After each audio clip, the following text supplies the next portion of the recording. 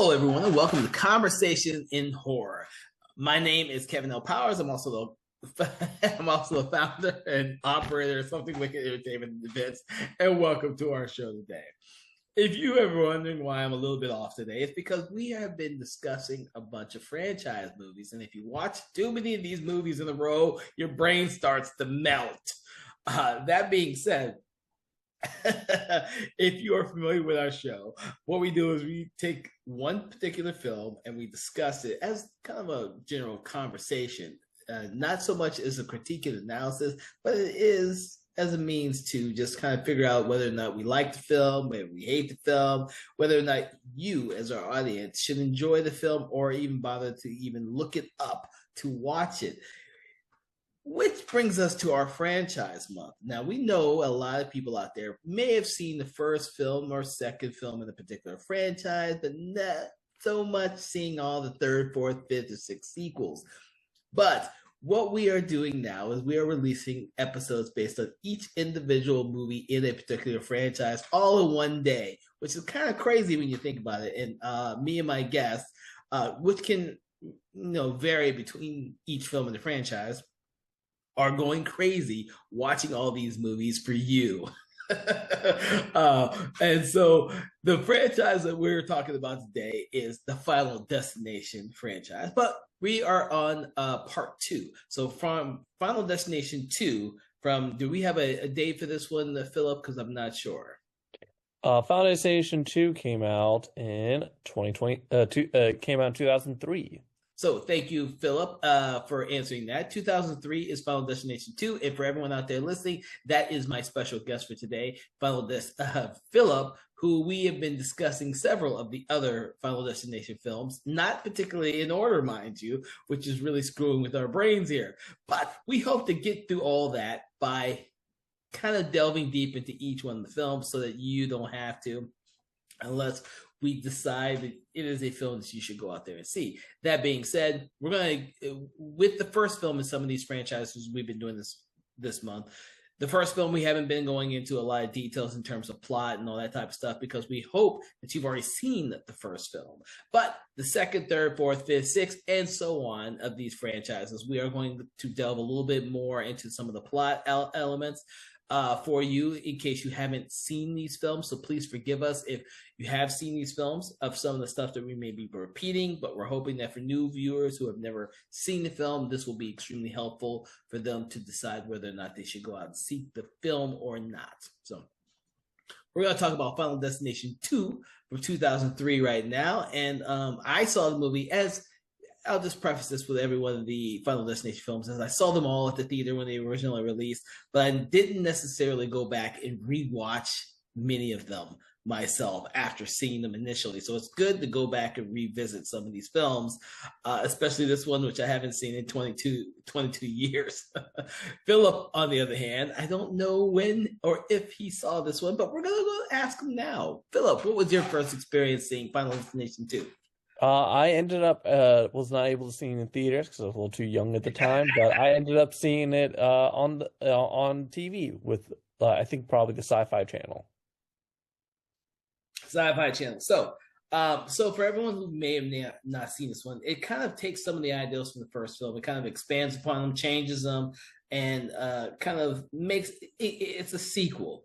It's the first sequel, so they haven't really defined all the rules and they're trying to make them up as they go along and change some of them. But the thing about this film is the highlight and the scene that is most talked about in most of the franchise is the beginning and opening car crash sequence for this film, because it was an amazing piece of cinematography and it was actually really well done with all the people dying.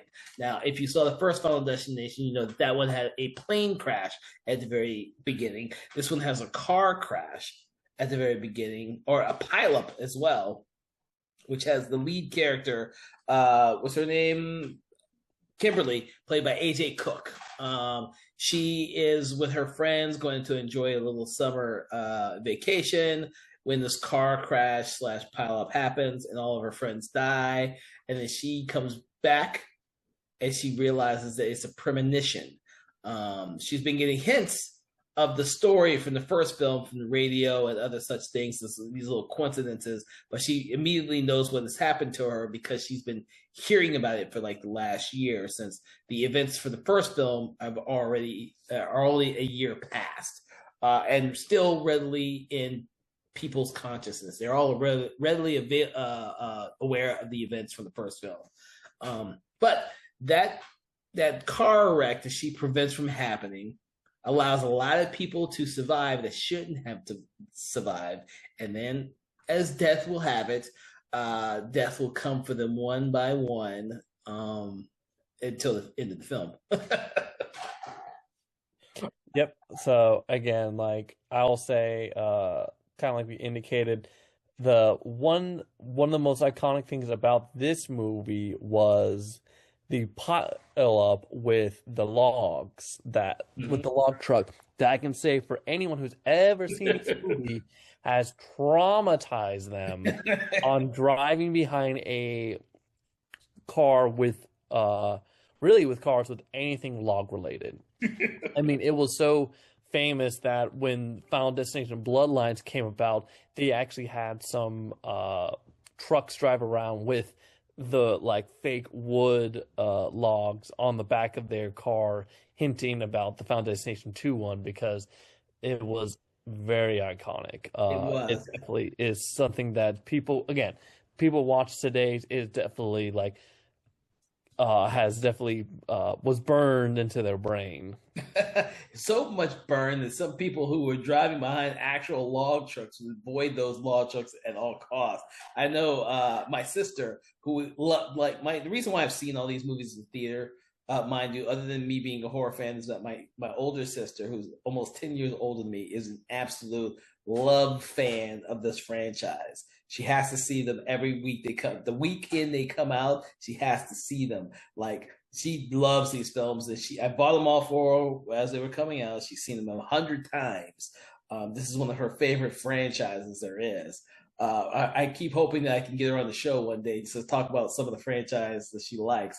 But we won't get her for this one. But she absolutely loves this franchise, and that just kind of solidifies certain audience members for these type of films, because the great thing about this film is that it's always keeping the audience on the edge of their seats and on the tippy toes with the suspense, because you never know what's going to happen, and you don't know who's going to happen to or when.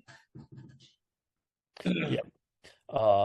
But yeah, no, so the start of the movie, that was very great. Now, another thing with this movie, and another reason why this movie was done so well, the director, David Ellis, before this movie, he was mostly like, he was a second unit director. He filmed a lot of like famous action scenes like Waterworld. He filmed some of the action scenes with Matrix Reloaded. He filmed the Quidditch scene in Harry Potter. So like for him, he was very used to doing a lot of the action sequences, which is why for Final Destination 2, a lot of them, especially that beginning, will look so well even today, was because of the fact that he was used to filming like that. And I will say that's one of the things, first talking about this movie, is compared to the first one, they definitely cranked up the gore majorly. In the first movie, is very tamed in comparison to the rest of the series, where, probably the most brutalish deaths would be like a character getting stabbed from a knife falling on them, or being strangled to death, versus this movie where it's like from the get-go, no, it is brutal. You are seeing logs go through people's heads. You are seeing people get decapitated by elevators, or literally getting cut in half by barbed wire. Like, that is, Final Destination 2 definitely set the tone for the rest of the series in the sense of the gore sense of it, where it became more, it lost a little bit of its Rube Goldberg, in my opinion, with the deaths. there's some deaths that were still Rube Goldberg, but some of the deaths were less Rube Goldberg. Mm. But it definitely set the precedent for the series to go more gorier. It became, for an audience member, okay, how gory are they going to get with these deaths? Yeah, yeah, no, I agree with you. The I love a lot of the deaths in this film, especially when the one kid, I think his name is Tim, gets smashed by the glass, and you kind of see all of that happen. The quotation young character who is clearly not young. Yes, he's unlike the first movie, which are all supposed to be teenagers. This film is made up of people of all different ages. But yes, Tim is supposed to be young, and it would have been better if they played it with a younger kid, especially when he's supposed to be in the dentist office, and then he comes out and he runs into the pigeons that create his own chaos. And I'm like, he seems a bit too old to be doing that. Shouldn't that be like a 10-year-old, maybe a 12 Yes. year old? So originally the character was written to be 8 years old, but then executives said, well, we can't kill a young kid brutally like that. So they changed the age to be 15, and then they casted an actor who was even older than 15. So when his death happened, the audience wasn't as horrified, even though it makes a lot of his scene throughout the movie very awkward because he Awkward. definitely does not seem to be the type of kid to get kissed goodnight and again like run through pigeons that end up resulting in his death. I had actually forgotten about that until I rewatched the film. So okay, oh yeah, he's supposed to be a kid who runs through pigeons, but he's not really a little kid. But okay, I'll buy that. I mean, this one does. One, I like the deaths, and I think the fact that the deaths and the way that they happen and how gory they are kind of overshadowed the fact that I just didn't care for the story as much for this one. Um, I used to, when I first saw this one 22 years ago, I used to think this was better than the first one because of the log sequence. And then all of a sudden, when I rewatch it, I just don't feel this one held up nearly as well as the first film. And I like, one of my favorite actors of the time when this came out was Michael Landis, because this is one of my obscure references, people. I like Michael Landis from the show Special Unit 2, which no one saw, but I have rewatched like 20 times because I love that fucking show. I'm guaranteeing you've never seen it, Philip. Nope. I will just tell people who have never seen Special Unit 2, it was one of the few UPN shows out there. It barely lasted 2 seasons, and those 2 seasons were barely 12 episodes or 13 episodes each. But I fucking love that show, and I kept rewatching it over and over again, and that's how I know who Michael Landis is. But pretty much the rest of the cast, other than Ali Larter, are people I didn't become familiar with till much later. Some of them starred in lots of other stuff. AJ Cook, I knew from True Calling, because I still love that show too. But other than that, this is unlike the first film. I didn't have a connection with any of the cast in this one. Yeah, the thing with the cast with this is kind of like with the first one. Like, you actually kind of remember at least a good chunk of the cast in the first one versus this one, where, yeah, other than Ali and maybe AJ Cook and Michael Landis, all the other characters aren't very that memorable. Um, and and some of them, again, some of the characters get kind of stupid and frustrating. At least in the first movie, because it was the first, you can buy people being a little bit like people not like thinking anything of it. But the movie this time around tries really hard to connect to the first one in a lot of ways. So the problem is, and the characters themselves know about the first movie, and so Yeah. this is when we start getting the trend a little bit of characters believe. Well, it gets changed later, but the idea of the characters starting to believe, oh, death is actually coming after us. What should we do? Unfortunately, they didn't go fully into it with this movie. So you have characters going like, "Oh, I believe you," to well, no, I don't believe you anymore, randomly just so they can end up getting themselves killed by it. So there's a lot of character really dumb decisions throughout this, like that and then we have the introduction of Clear coming back, Mm. and without Alex Brownie, the Alex Brownie character, which apparently he was supposed to come back originally, and that didn't happen. There's a lot of back and forth about it was a combination of the actor Devin did not want to come back for scheduling reasons. There's also potentially money conflict that they didn't want to pay him enough money that he felt he didn't want to come back, and also rumors that they never ever considered him in the first place. Yeah. So he ends up getting killed very unceremoniously off screen, Yeah. which was kind of a major letdown. But Yeah, because he was killed by a brick. yeah, It's the story we don't get any details. We just kind of get the story that he got killed by a brick, and we just go with it. oh, if you think that's bad, before that, then alternate death for him was going, which again was going to be off screen, was he was going to be killed by some flesh-eating virus.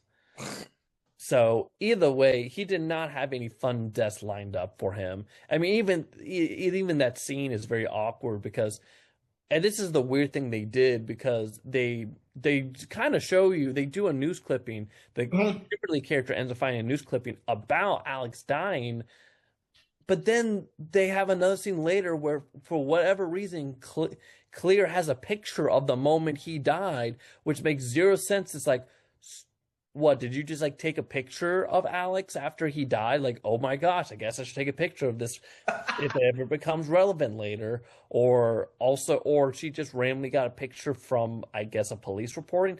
It's just a really awkward scene to kind of like, the idea is to drive home is like, yes, Alex is dead. He's not coming back. But it's just done a little sloppily. Well, a lot of stuff in terms of the story is sloppily done. Like I had forgotten that the whole thing with Isabel, the whole entanglement with the Isabel character, who's a pregnant woman who AJ Cook's character Kimberly thinks dies in the wreck, and so they had to find her to what they think or believe is to stop the whole death sequence from happening. I thought that was a weird little added story element that kind of took away from what they could have done. I know they wanted to set up the whole thing with the ideal that you can subvert death by bringing new life into the world and all that type of stuff, and that's something that kind of resurfaces throughout the entire franchise from here and there. Yeah, it ends up resurfacing again, kind of. It's interesting that Bloodlines kind of references that, but does the opposite in its ideology of that. So it's funny because, I mean, obviously, the idea that even if, let's say, Isabel was going to have died, technically by Bloodlines logic, that doesn't mean anything. It just means another character's going to die now. But yeah, it was the whole concept of like creating new life was kind of a weird added to the mythology. I think they felt they needed to give the characters an out. So that was, I guess, understandable. But the thing with the Isabel stuff, honestly, how it felt to me to a point was it felt like they just needed that to give an excuse to kill off Clear. Because again, like Clear makes some really dumb decisions with that too. Yeah. And ends up getting her killed. And it's just, the problem with this movie with that is a lot of characters make kind of dumb decisions to get themselves killed. And it feels like they needed to do that so that they could get themselves killed. Versus in the last movie where, again, it was because, again, none of the characters get a grasp of what's going on. It's fine that they do questionable stuff. And here, since the characters are actually referencing that they understand what's happening, but then they still make the dumb decisions, like especially Clear's character. Yeah. does not make sense why she makes the decision she makes that ends up getting her killed. Well, it also doesn't really make sense why she would leave anyways. When I rewatched it, I never got the sense of why she believes that she has to help this stranger survive and why it's her responsibility.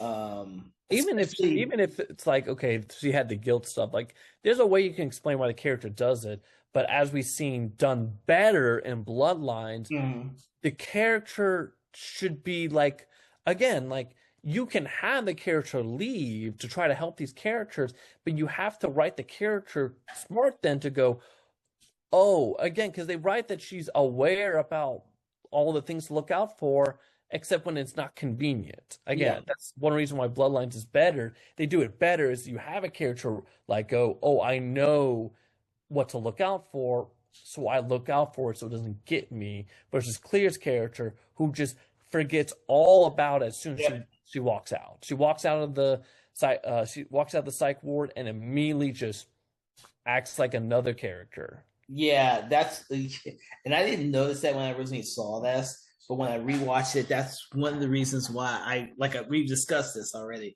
I will say, well, I used to like part two, but now I don't. I think it's a worse film than the first one because some of the plot things, like Clear, I love Ali Lawyer, but her motivations for this movie are out the fucking window. It is all plot driven and not character driven at all. Another thing too that they add in this movie that ends up bleeding into the rest of them that also was kind of bad was the idea of premonitions. Like, oh yes, one of the good things about the first movie was it was a mystery. It was, Alex had to try to deduce and get maybe some hints from seeing like foreshadowing of how these characters are going to die and how can he help them. And so for us as an audience, we're also we're on that ride of like, we don't know what's going on.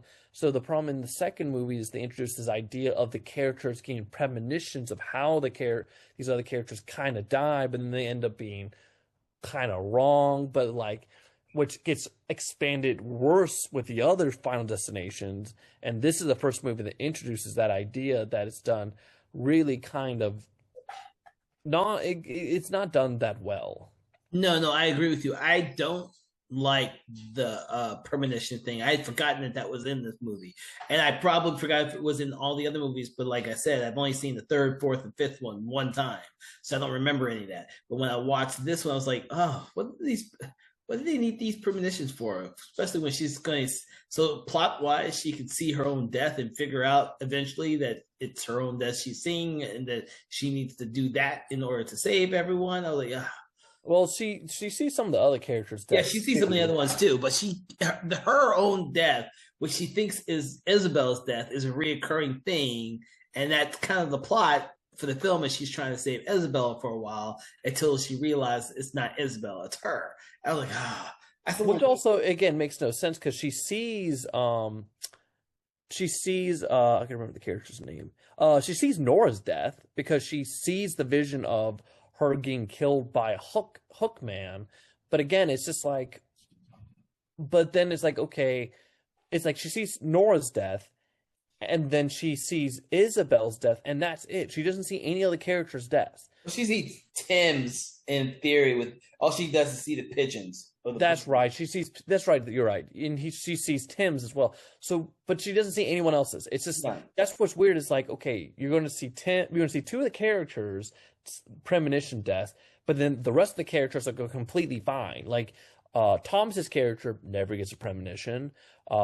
She doesn't get a premonition of, Eugene? Of Eugene. She doesn't get a premonition of, so it's just kind of like, so it's just weird. It's weird plot. It's weird writing wise that it's like, okay, she only sees. It's weird that it's like, okay, she sees two other people's deaths and then she immediately skips to her death. Seeing her death, and that doesn't make sense at all. Yeah, and of course, since they never get to Burke dying, we never see much of anything with him. So yeah, he just skips out, and so that's like another problem is we don't get the other thing, like in the first movie, that they don't do in this movie is the concept of, oh, if you save someone, then then we go down. Yeah. So because they try to do a weird thing instead, like that doesn't happen. Like if a character submission to die, they die. They're not. There's no one gets really saved other than like kind of the Brian character at the end gets saved, but that was unrelated to what was going on. When I rewatched, I was like, well, that should be completely unrelated in theory. Because they try to do this, they try to subvert expectations by having the characters die backwards from how they envisioned it, because they do a reveal later, which was fine to a point.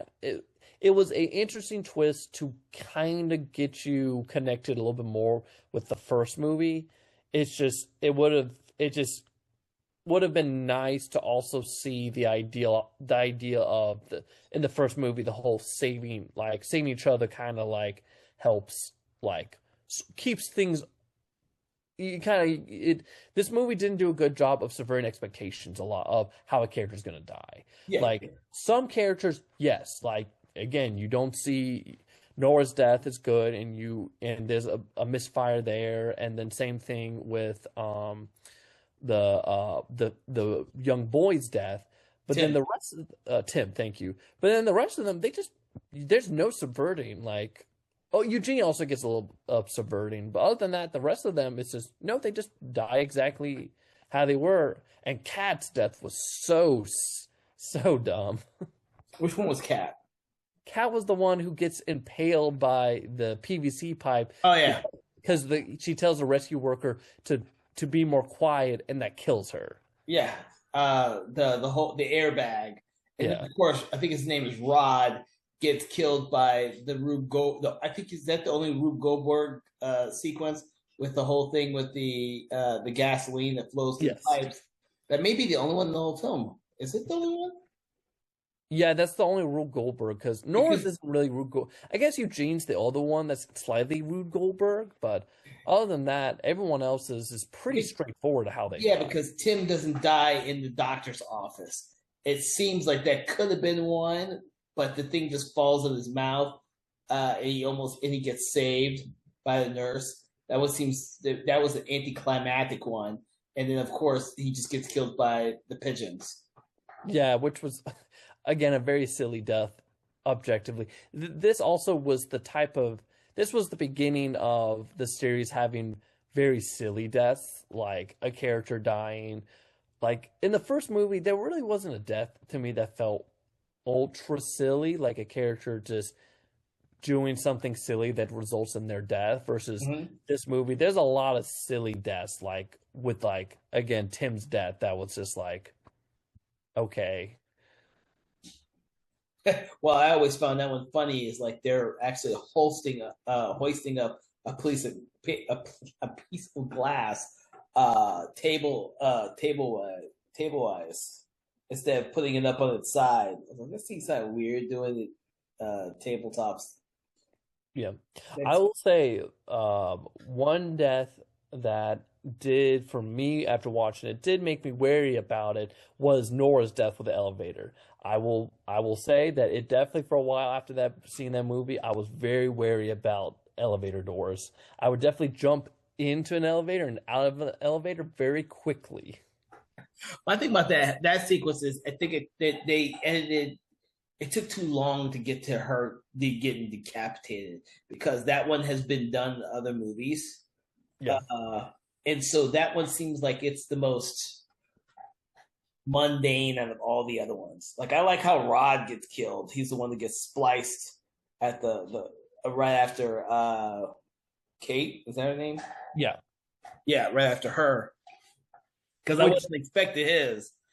That was, I mean, honestly, his was probably one of the more traditional Final Destination deaths. There's a Rube Goldberg revolving around it.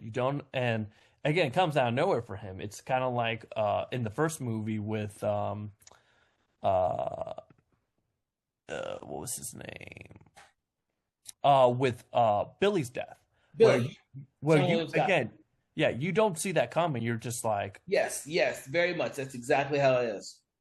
So, but yeah, there was a little less subversion of expectations of again when the characters in the crosshair of death, death didn't miss this time around versus the first movie where there was a lot of saves, and this it was like, oh, if a character's gonna die, the character's gonna die, which kind of made, I don't know, which was a little disappointing because then it made it slightly predictable to a point. But yeah. I think with this film in particular, because it was the first sequel, and they're up in the ante from what happened in the original film, which is why we get more gore, and more violence, but not necessarily a better story aspect, because essentially it is taking like 5 or 6 characters and putting them in these unusual circumstances and seeing them all die. And as an audience member, they're wanting to see how elaborate they get. It was be the same situation with the Saw franchise. If you remember that one, the first film only had to deal with really the two main characters, and then the cop character, really. But each subsequent film had to up the ante, make traps much more interesting and much more dangerous, make the blood more gory. The same thing happens with this franchise, except that we don't see death. Yeah.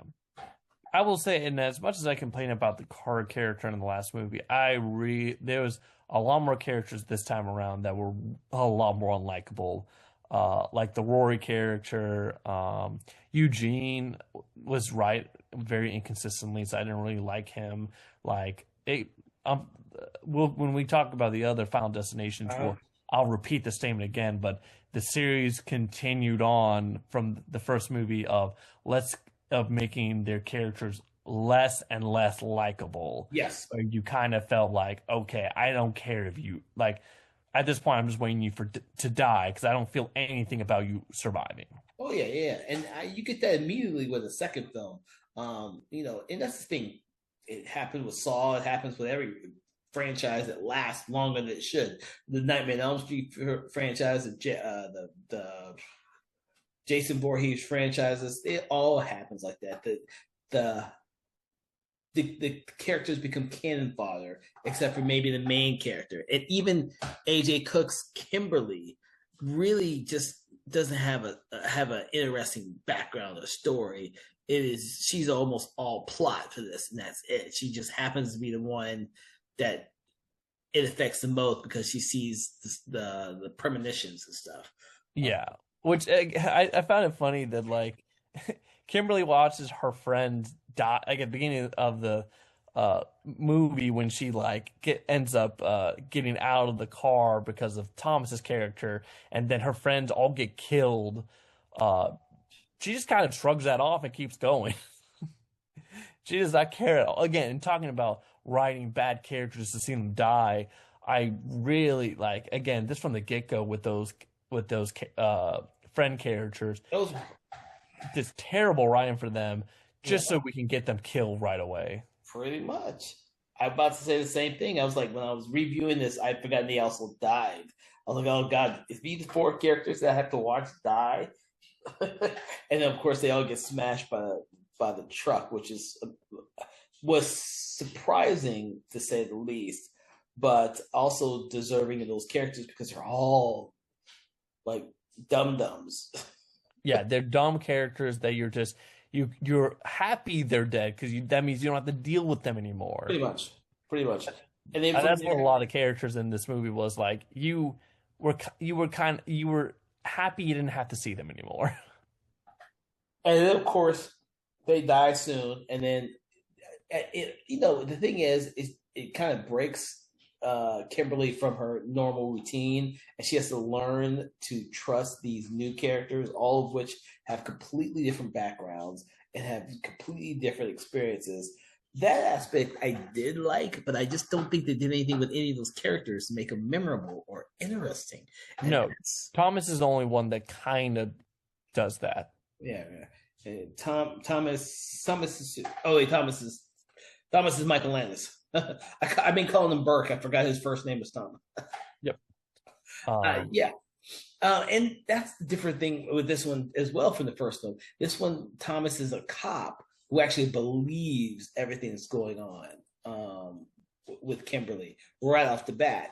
There's no sense of this little time period where he's completely skeptical like the cops in the first movie. He's a cop who actually believes in exactly what she's seeing and feeling and experiencing because he's right there along with her. Yeah, which is like why he's probably the only like character that's decent. One of the side characters are decent because again, they go right away. They go, "Oh, I recognize like, oh, we all know what happened in the first movie, so we're going to like be cautious about it." But then they're not cautious about it. Yes, cautious. None of them are cautious about death. Not one of them. They have no, it's like they know what's going on, but then again, they have no sense of urgency. That's why, like, for me, Kat's one of my most hated deaths because, again, it's like she knows that's after her. She almost dies, and then her just acting nonchalantly and being like, about like, oh, hey, can you like, again, it was weird comedic, trying to be comedic moment of like, oh, can you turn that saw on like silent mode and stuff? It's like, you are actively aware that's after you. Why are you not more worried about this? Yeah. Well, yeah, I can see that. But I can see that of a lot of the characters in here. Like we were talking about Ali Larter's Claire. The, the thing is, in the first movie, her character is so smart. She's the one that gets off the plane without being prompted to get off the plane. She just feels something and sees the truth in Alex's character. And then, of course, she starts figuring stuff out before everyone else does. But in this movie, she's like 5 steps behind everyone else, and it makes for a difficult watch for me because her character is so far removed in this film from the first one. Yes, the thing is, the problem is with the movie is in a lot of horror movies, especially nowadays, you have the veteran character coming back, and the whole point of that veteran character is that they're supposed to wise up the current characters about what is going on. But the problem is they already did that in this movie. The characters have already been wised up. Kimberly's already been wised up about everything that happened in the first movie, and the other characters do. So Claire doesn't add anything because the characters have already been wizened up about the situation. Yeah. And she dies a frivolous death. She does. And it's like the only like, and this was a change, is an alternate cut of her death. She smiles when she dies because it's kind of it's supposed to be a whole thing of, okay, I'm finally like, I don't have to worry anymore. Like I've accepted, I don't have to keep running anymore. Which could have been an interesting plot point of why Claire just goes out there because she's so, like, that could have been interesting kind of motivation for her character of she's out there because she's been running for so long that she's like, you know what, if I could save these people and die, even if I die, that's fine because I'm done running. Could have been an interesting plot point and motivation for her, but none of that's established. No. Which is probably why they cut the scene of her smiling when she dies. You know what? Now that you mention it that way, I can see that actually, because it would make no sense with all that other context about her character. And I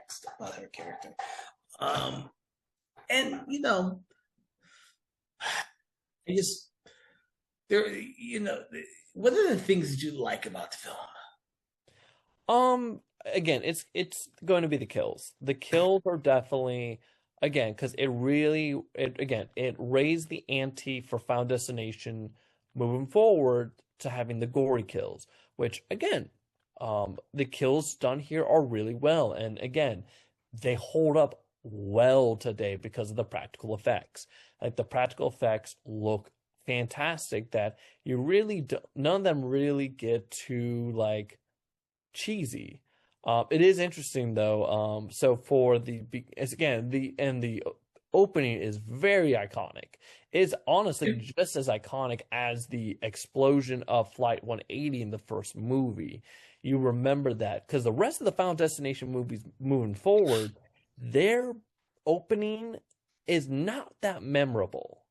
And it's not really, people don't talk about Final Destination 3's opening or Final Destination 4's opening or 5's opening as much as people talk about Not the this one. first and second. Yeah, yeah. Well, you know what? You are absolutely correct. These are the two films that the opening that everyone has talks about in this franchise. To be honest with you, I remember the third one being the roller coaster. I have no idea what the fourth and fifth one. I think one of them was a bridge or something. That's all I could think of. I think I'll know when I rewatch them. Huh? Yeah, I think that's correct. I see the one thing. This, yeah, but I could be totally wrong with that. And of course, the third one had the fun of being on a freaking roller coaster, which is another great fear that a lot of people have, just like flying planes. There's a lot of people out there with the fear of roller coasters. But with this one, this is something that every person on a day-to-day basis has to deal with because they're driving and they're driving on the highway, and they're going to have trucks, which we've all seen trucks with logs on them. I'm sure, like me, I'm definitely avoiding the trucks with the logs on it just in case.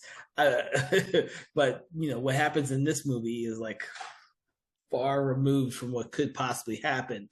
But just the ideal that it could is what scares people, and that's why I think the second movie is so damn effective for that opening sequence. This was one of my favorite opening sequences, and for the longest time, I believe the Matrix 2, whichever the hell that one's called, which also has the fight on the highway. I think if I remember correctly, so you have to get me if I don't remember this correctly. When these two movies came out, I always thought this one had the better sequence on the highway than that movie ever had. But it Reloaded. Matrix Reloaded. Reloaded. What year was that? That was 2003. So this yes, was it came out the same year. That's what I thought. Same year. I remember seeing both of these movies, and they both having the highway sequence. And I thought, they hyped up the one in Matrix Reloaded so much, but when I saw this film and that film compared, I always thought that this film highway sequence was so much better realized than that one. Well, I think that also has to do with how well the practical effects look in Final Destination 2 versus Matrix, where again you had a lot of CGI. I mean, for Final Destination, the only real CGI that was used was the logs, because originally they used real logs and they didn't like the bounce of the logs, so they CGI'd the logs. But that's it. Other than that, everything else was practical for the opening sequence, and that's why it looks so good. Okay. See, that puts it in better perspective for me these 22 years later. Yeah, no, everything else is practical. I think you can even watch a documentary about the filming of it. Is like other than the logs, just because they didn't like it, it didn't bounce enough for them. Everything else was practical. I mean, that is again one of the that's the only one of the big positives about this movie was, again, because the director was so used to filming action sequences. Actually, again, funny enough, like he did Matrix Reloaded. So again, he was used to filming that stuff, and so that was a one good eye he had in this was making sure that all the kills look realistic. Yeah, yeah. And I will agree that I'm trying to think of any of them that didn't look that don't hold up, and I believe all of them still hold up really well. 22 years later, I mean, regardless of the plot for this film, it's actually really gory and really entertaining. I mean, like I said, I thought that this film was better than the first one for the longest time, only because I was simply entertained by this one more than the first film. Yeah. But I do think that when people go back and they rewatch these films, like hopefully the first one will still hold up extremely well, and the second one people will remember the gore sequences because they are this is the film where they start being like overly excessive, and then people started to comment on those gore sequences for each person's death. Oh, the person who gets killed in the tanning bed. Oh, the person who gets killed. It starts with this one, and it just progresses even crazier with each subsequent film. And thankfully, I don't remember any of the other films, so when I rewatch them, it will all be new to me again. One fun thing too, and we'll talk about. I'll say this again for the Final Destination 3's episode, but Mary Elizabeth Winston auditioned for this movie because she liked the first movie and she wanted to join the series, and she was not casted in this one, but she did get cast in this third one, the next one up. Oh my She God. originally auditioned for this movie and was passed up, but we see her again in the next one. Oh my God. Interesting 6 degrees of separation for this. I think I said 6 degrees, yeah. uh because the this franchise, as I saw each of them at the theater, they each became a kind of a cultural thing for me. Not only because me and my sister were going to go see them at the theater, and me and my sister always go out. She's 10 years older than me, so there's a huge gap in between us. We kind of found these films and a couple other franchises as our go-to franchise when they came out. But this is one of those because of that. This was a franchise that I grew up watching as they came out and enjoyed them for what they were when they came out. These were never films that kind of elevated horror. They were never films that kind of did something with the horror genre that I wasn't already seeing in other films. They were a means of being an entertaining value. And so some of the story and character aspects I kind of overlooked when I was younger. But as you get older, you rewatch these films with a more critical eye. You realize that those are the elements that could have made them great movies, but they're missing. Like the first Final Destination movie, I told we've discussed that one. I've said that movie still holds up extremely well, extremely well. And after having seen Bloodlines, it's going to be hard for any of the movies in between to actually measure up to those two films, the first film and the last film, which are so extremely well done in terms of character and plot and execution and visual effects and practical effects. Whereas these other films they'll sacrifice the story for the great visual effects. So that's how I see them now. I'm hoping not as we go through and rewatch the third, fourth, fifth film. How about you? Yeah, I mean, again, I think for better or worse, there are some good things. Again, the good thing this movie introduced was the gory kills. That again were elaborated well in the others, but also got a little overkill with some of them. It kind of got the Saw effect where it became that's only the focus, and then but definitely this movie will introduce some bad things that ended up getting continuously expanded upon in future movies as well. So, for everyone out there, we have gone over a little plot of the film and we've touched on a lot of aspects of the characters in this film. So, hopefully, you have a better ideal of what to behold in Final Destination 2. Because, unfortunately, or fortunately, depending on if you're a huge fan of the franchise or you've never seen many of them, a lot of these same plot points appear in all of the films in the franchise, and we'll be discussing those in later episodes. But for the most part, in this film, we discussed the entire ideal behind the plot, a lot of the death sequences, and you have a general idea of what this film entails. With that, do you have any final words other than what you've just discussed, Philip, about Final Destination 2? No, that's it. Other than, again, after you watch this movie, definitely you'll want to avoid logging trucks for the rest of your life. All right. So for everyone listening to this show, what we do now is we like to rate the movies from 1 to 5, 1 being very horrible, 5 being an excellent film. Where on the spectrum of 1 to 5 do you place Final Destination 2 from the year 2003? For me, this is purely because of the deaths were done very well. I would give it a 2.5. 2.5, 2.5. Okay. I am going to give it still. I'm still going to be a little bit more generous. I'll still give it a 3. Mostly because this one, despite the lack of character aspects and motivations that I would have preferred, the movie is still entertaining. And for me, sometimes entertaining goes a long ways. I know that as we journey to third and fourth and fifth, those aspects will go and dwindle more and more and more. But regarding this one, the second film, the first sequel in the franchise, I believe that it still holds up. It may not be critically acclaimed. It may not hold up in terms of those aspects, but in terms of entertaining aspects, it's one hell of a joyride, especially watching the deaths of everyone in the film. So, with that, I would like to thank you, Philip, for joining us on Conversations on Horror as we discussed the movie Final Destination 2 from 2003. We always enjoy when you come and join us on these conversations. For everyone else out there, we want you to check out all of the films in our franchise month. We will be delving deep into all of the movies in Final Destination franchise as well as other franchises. So make sure to check out all of the episodes.